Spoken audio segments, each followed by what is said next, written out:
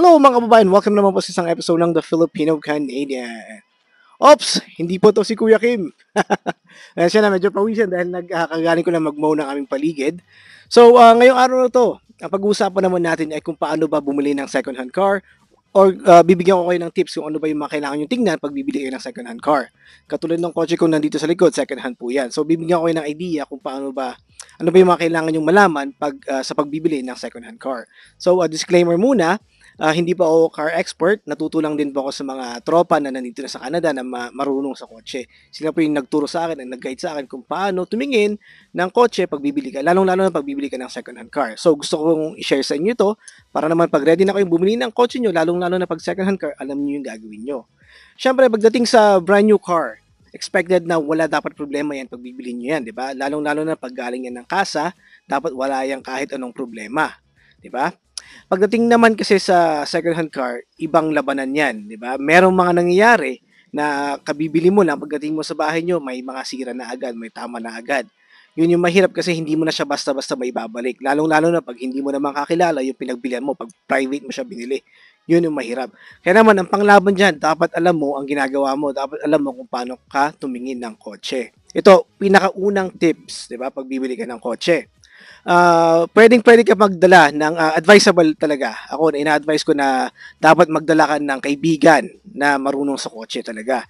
Para pag dadalhin mo siya dun sa meeting place kung saan ka bibili yung area, kung saan ka bibili ng second hand car, siya mismo yung titingin ng kotse. Diba? Titingnan niya, kikilatisin niya kung ano ba yung mga kailangan pa, kung may kailangan pa o may problema ba yung kotse o kung meron ba siyang yung problema in and out.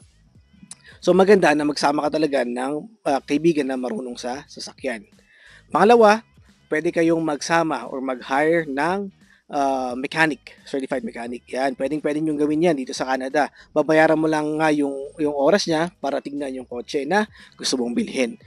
So, nangyayari po yan. Ang gagawin mo, kakausapin mo lang syempre yung mechanic na kakilala mo. Babayaran mo lang yung oras niya. Depende kung malapit po sa inyo yung pagtitignan ng kotse. So, yun, dalhin mo siya, tapos titignan niya. Pag sinabi niya, okay, di bili mo na. Ganun lang naman kadali yun. At yung pangatlo, ay bago ka pa bumili ng sasakyan, di ba, kausap mo na yung tao, parang interested ka doon sa kotse.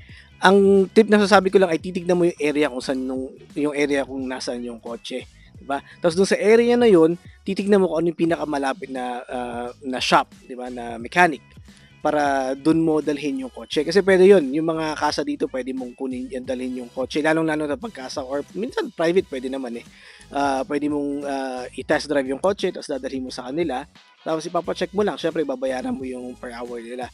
So, ang mangyari dyan, ipapabook mo sila in advance, di ba? So, sabi mo, meron akong gustong bilhin kotse, pwede ko bang ipacheck sa inyo? Gantong date, kung gustong tignan yung kotse, so pwede nyo ba akong i-book ng gantong date para ma-check nyo yung kotse?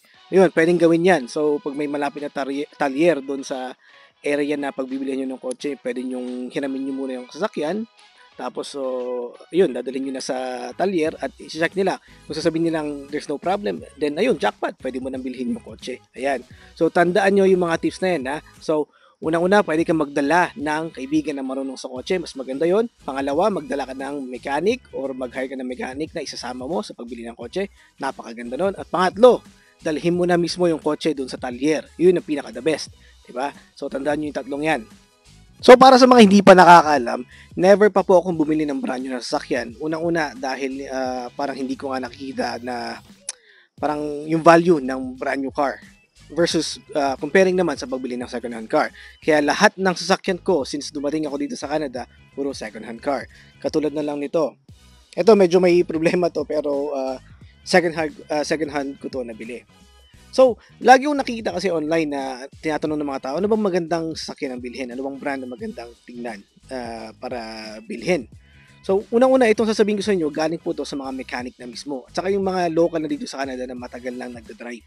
Diba? At saka, itong sasabihin ko naman sa inyo are known na kahit sa Asia or sa Philippines or kahit saan lupalop ng mundo. Kasi itong mga sasakyan na to, madaling hanapan ng pyesa at saka pangmatagalan ng buhay talaga nitong mga to. Unang-una ang brand na Honda Civic or Honda in general. Diba? Pag sinabing Honda, yan ay kotseng pangmatagalan.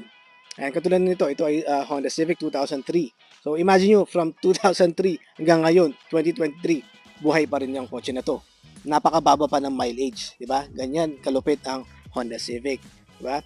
Sa Japan, sikat na sikat ang Honda Civic. Sa Pilipinas, sikat na sikat ang Honda Civic. Dito sa Canada, sikat na sikat rin ang Honda Civic kasi nga mura siya at napakadaling hanapin yung mga piyesa para dito. Ngayon, ang pangalawang brand na gusto kong sabihin sa inyo ay yan, nakita nyo na, Toyota. Yan. So, sa Pilipinas, di ba, sikat na sikat din ang Toyota. Lalo nang lumabas yung Toyota Tamaraw.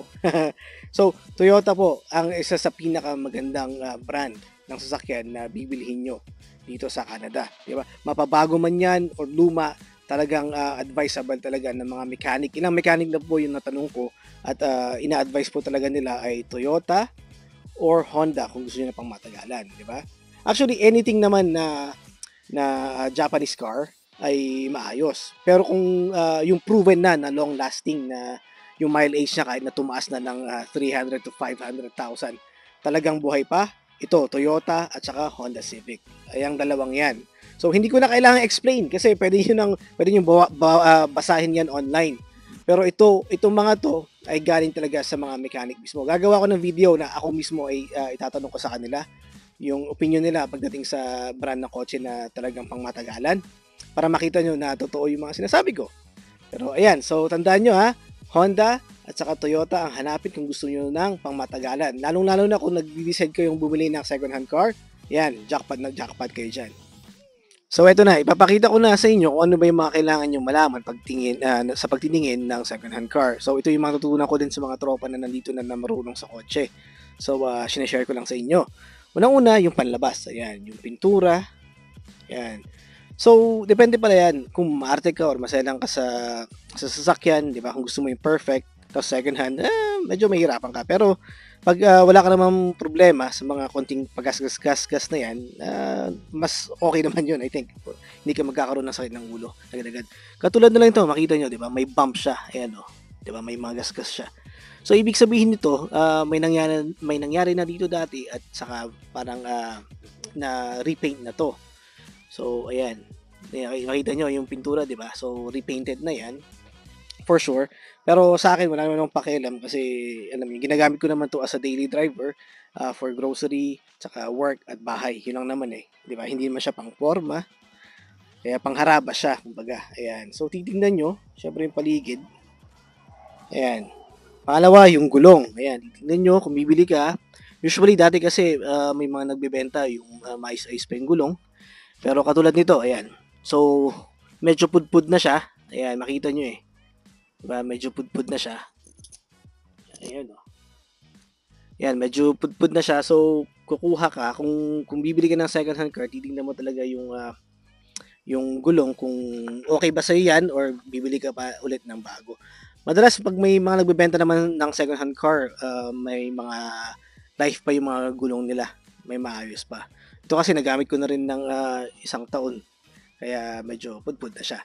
Tapos, isa pang titingnan nyo pagdating dito sa gulong ay yung tinatawag na brake pads. Hindi ko lang maipakita pero nandun siya sa loob. Andyan, yung brake pads. So, titingnan nyo kung pudpud na ba yung brake pads. Ayan. Kasi kung pudpud na yan, pwede nyo namang ayusin yan. Pero yun, gagastos ka na naman. Ipapaayos mo, di ba? So, titingnan mo yung brake pads saka yung thread ng gulong. Yan. Kailangan nyo malaman yan.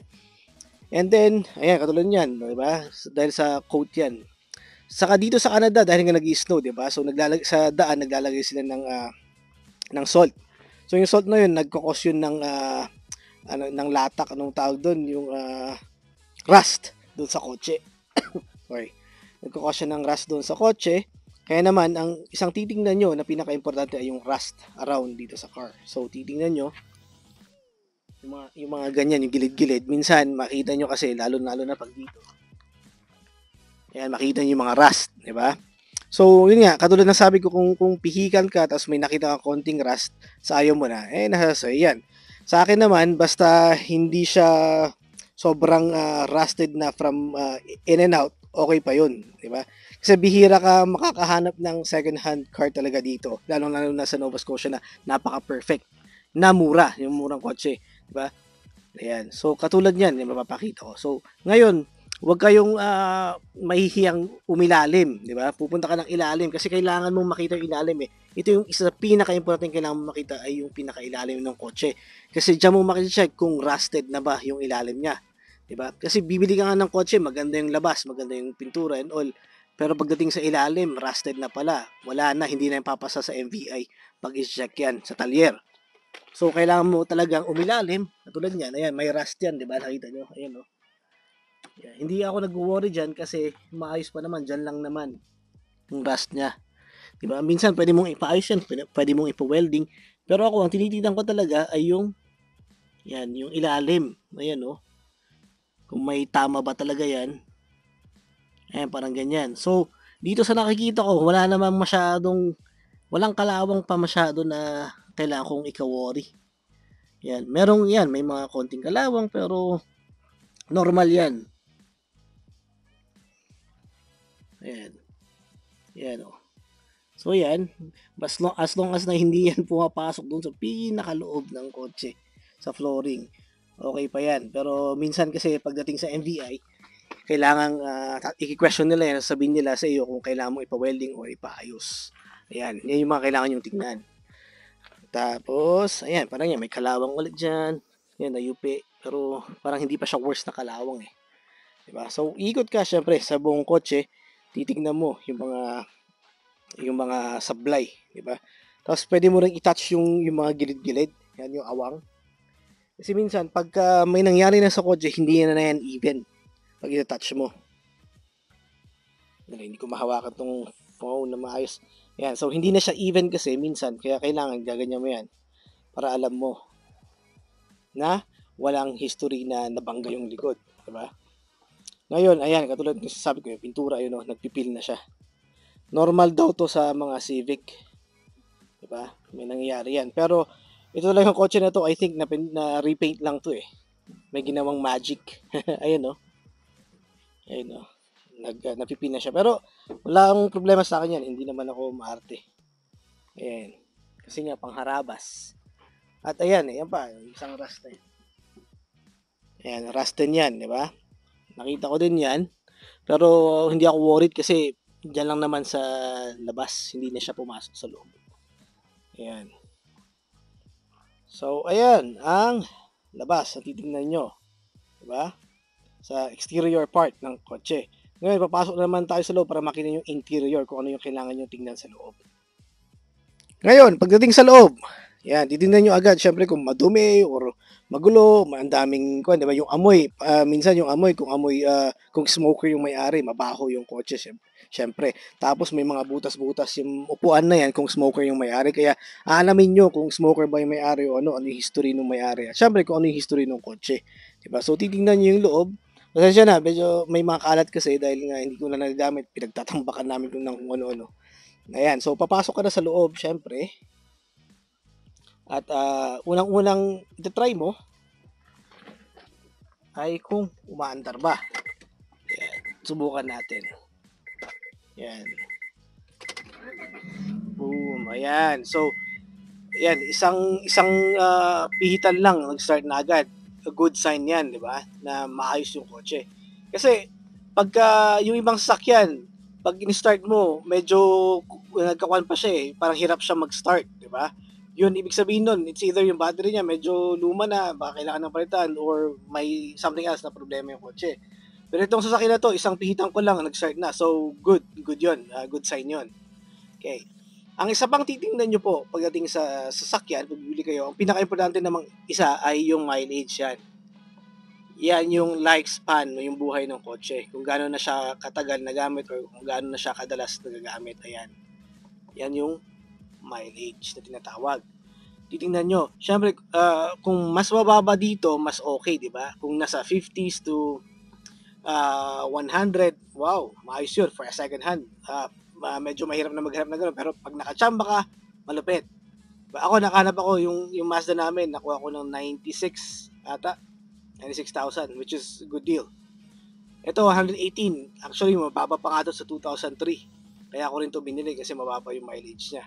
Diba? Pag umaabot na yan ng 150 to 200, medyo mag-isip ka na. Lalo-lalo na, depende yan sa presyo. Baka naman, nasa 200,000 na yung mileage, tapos ang benta niya pa ay 15,000. Doon ka na mag-isip, di ba? At ang mga titingnan nyo pa ay yung AC. Number 1 yan, lalong-lalo na pagka summer kasi dito sa Canada, medyo mainit-init, di ba? So kailangan meron kang AC para naman malagyan ka ng lamig, di ba? So yung AC na to, pinaayos to nung binili ko, pero hindi siya gumagana nung summer. Kaya ewan ko, hindi ko na chinek. Tapos yung heat din, kailangan mo i-check yung heat kasi nga parang yan ayan, nagbo-blow siya, di ba? Mainit agad.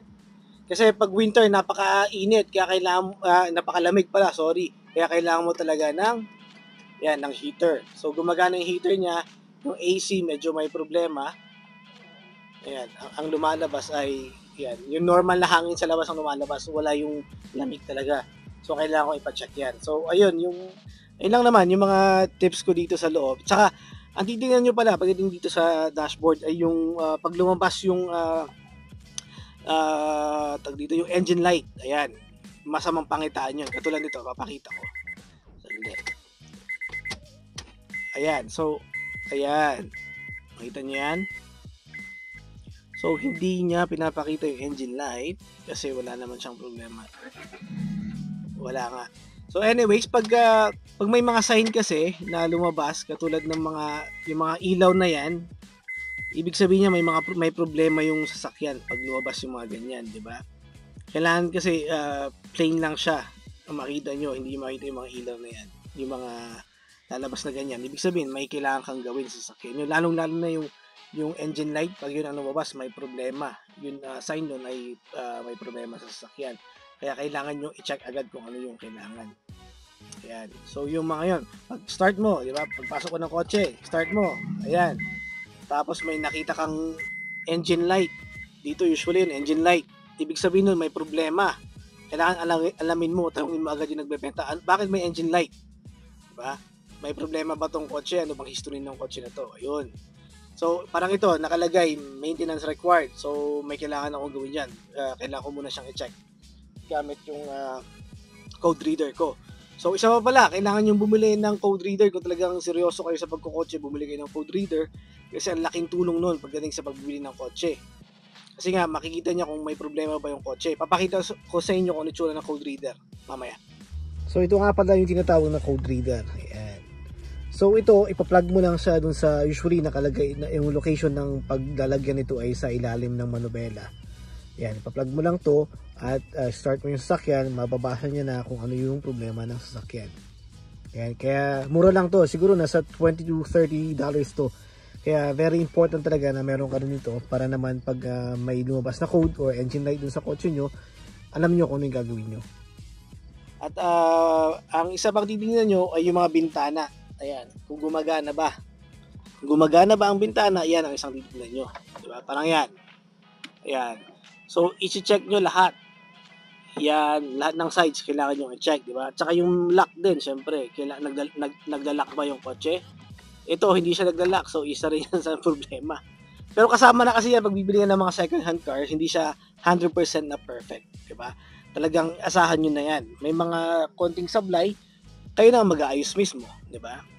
Ang tinuturo ko lang naman yung mga kailangan, parang importanteng mga kailangan mahanap o titignan, di ba? So ayan, yung engine kung nag-start siya agad. And then yeah, i-check nyo na yung engine, syempre. Pop yung hood. Titignan natin yung engine para malaman nyo kung meron bang sablay doon o may mga sira, basag.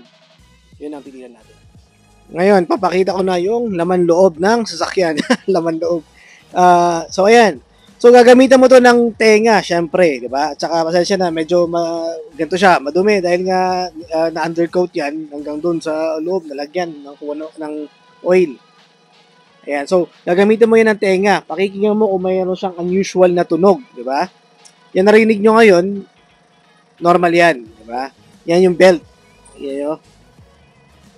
Kasi usually may makita nga na parang metallic sound na parang bakal na nagbabanggaan. Ibig sabihin nun may problema somewhere.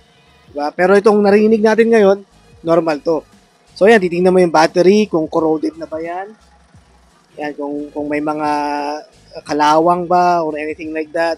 Minsan kasi may makita ka, may mga cord na hindi nakakonect, or yung kalawang sobrang grabe na, yung mga ganyan ba. So, itong nakita nyo na to, okay pa yan, di ba? Hindi siya ganun ka-rusty. Ayan. So, wala akong nakita ng mga naka-disconnect or parang anything na unusual, yung ingay or anything like that. So, para sa akin, okay to pagdating dito. Ang hindi ko lang masasabi ay yung makina mismo. Diba? Yung engine niya mismo kung kasi hindi ko naman ma-open yan eh, di ba? Malalaman ko na lang yan pag lumabas yung engine light or may mismong mangyayari sa kotse. Katulad na lang ito, itong kotse na to, hindi ko na ginagamit kasi nga nasira. Bigla-bigla siya nag-stop. So ayan nga, kaya napaka-importante talaga na magdala ka ng mekaniko, di ba? Lalong-lalo na yung expert o yung talagang certified mechanic kasi siya ang mas nakakaalam ng laman ng sasakyan. Siya ang makapagsasabi sa inyo kung may tama ba ang kotse. Ayan. Ngayon, pag nakita nyo na lahat yung mga pinakita ko kanina o yung mga sinabi ko kanina, ang huling gagawin nyo ay yung to test drive the car. Ayan. Wag na wag po kayong mahihiya na mag-test drive ng kotse. Normal po yun. Ang nakita ko po kasi minsan, yung buyer medyo nahihiya na i-test drive yung kotse. So, parang bibilihin na lang nila yung sasakyan ng ganun-ganun. Pero wag po. Kailangan yung i-test drive para malaman nyo kung fit ba sa inyo yung kotse, kung talagang gusto nyo ba yung sasakyan, kung gusto nyo yung drive ng sasakyan, at kung maayos ba yung sasakyan pag dinadrive. Ayun, kaya kailangan nyo talagang i-test drive ang kotse. So ayan mga kababayan, quickie lang to. Mabilisang tips lang para alam nyo kung anong gagawin nyo pag gusto nyo bumili or interested kayong bumili ng second hand car. Tulad ng sabi ko kanina, to summarize everything, ang pinaka-best talaga ay magsama kayo ng marunong sa kotse bago kayo bumili ng sasakyan. Magsama kayo ng kaibigan or kaya naman ay ng mekaniko na marunong tumingin sa kotse bago kayo bumili ng sasakyan. At wag na wag po kayo mahihiyang mag-test drive. Diba? At isa pa po na sa tips pala na nakalimutan ko ay i-check nyo pala yung background ng kotse. Pwede nyong tanungin kung meron bang serious na naging problema yung kotse, kung may bangga ba to dati. Meron kayong paraan para makita to, katulad na lang ng Carfax. Pwede nyong i-check online or tanungin sa kanila kung meron pa silang copy ng Carfax ng sasakyan na binibili nyo. Doon yung makikita yung history niya from the start, kung kailan siya unang nabili hanggang ngayon, kung sino na may-ari sa kanya, kung meron ba siyang history ng accident, doon yung makikita. Kaya alamin nyo kung ano yung history ng sasakyan talaga, yung Carfax. Yun yung mga halagang tips na kailangan nyong gawin bago kayo bumili ng kotse. So ayan mga kababayan, sana may natutunan naman kayo dito sa aking video. Kaya see you na naman sa aking next na topic or video. Paalam, peace!